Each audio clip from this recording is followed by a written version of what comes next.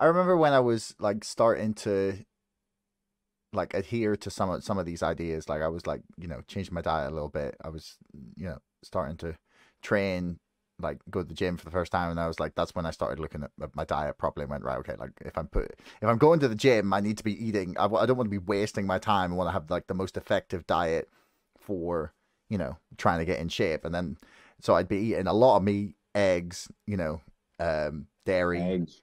like loads and loads, like be lathering cheese on stuff, like stuff like to pump up the fat and protein content of the things I'm eating. And I remember my mom, like whenever I went home at one point, and I was like making food, and she was like, "Oh, we got to get your cholesterol looked at." Like it's so deeply ingrained in people. Yeah. Um, but the Alzheimer's thing is super interesting to me. Um, is that like a how mainstream is that definition of it as type 3 diabetes that you described there? Like how widely sort of Mm. recognized is that? A professor in the field actually coined that phrase based on the evidence, and quite a few specialists in the field will be fully cognizant and aware that it's essentially diabetes in the brain uh, capsule. So, but a lot of people working with Alzheimer's and will have no idea, of course, because these papers are published in the scientific literature, but there's millions of papers published, and the education of doctors doesn't really come from the scientific literature. They don't research themselves and stay up to speed. Well, a lot of guys who are doctors and professors in my network will, of course, be constantly reading scientific papers, but most doctors are busy, and their education largely comes from where? Well, it largely comes from pharma, because pharma fund and support the CPD, the continuing kind of education credits and courses.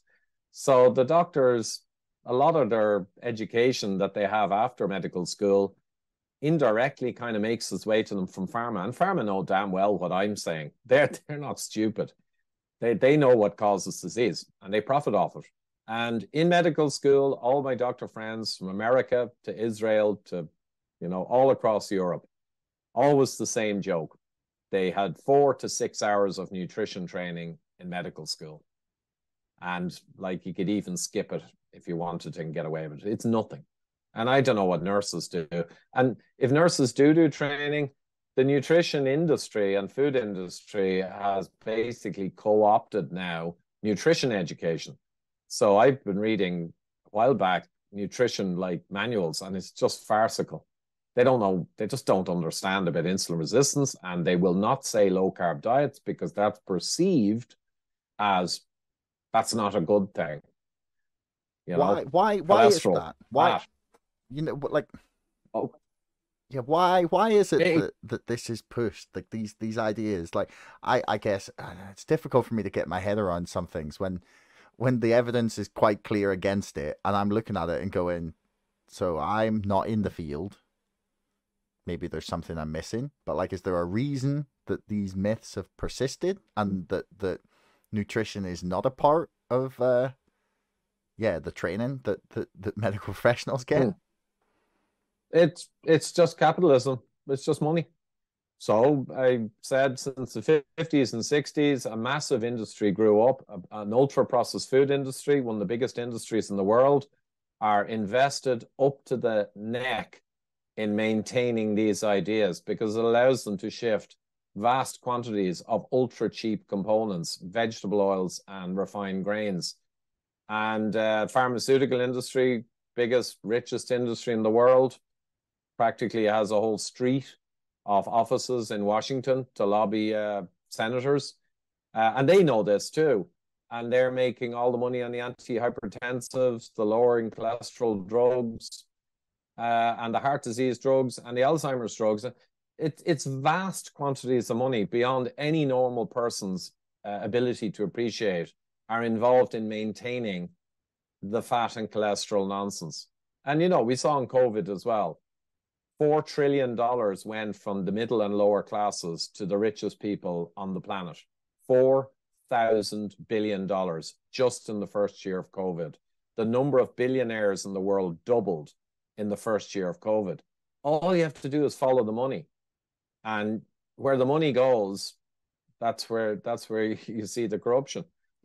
Yeah. That's the way it is. There's no conspiracy theory. It's mutual self-interest. It's a confluence of interests that's ultra powerful and involves vast corporations around the world. And their quarterly revenues on Wall Street, they got to meet the street every quarter. And it utterly depends on this nonsense. Therefore, they have spent decades and a lot of money making sure they inveigle their way into medical training, medical education, medical conferences, and of course, nutrition. The food industry is basically working. They don't even deny it in the nutrition industry. The big nutrition conferences are funded by Danone and all these processed food companies. It's like there's no point even declaring the conflict of interest.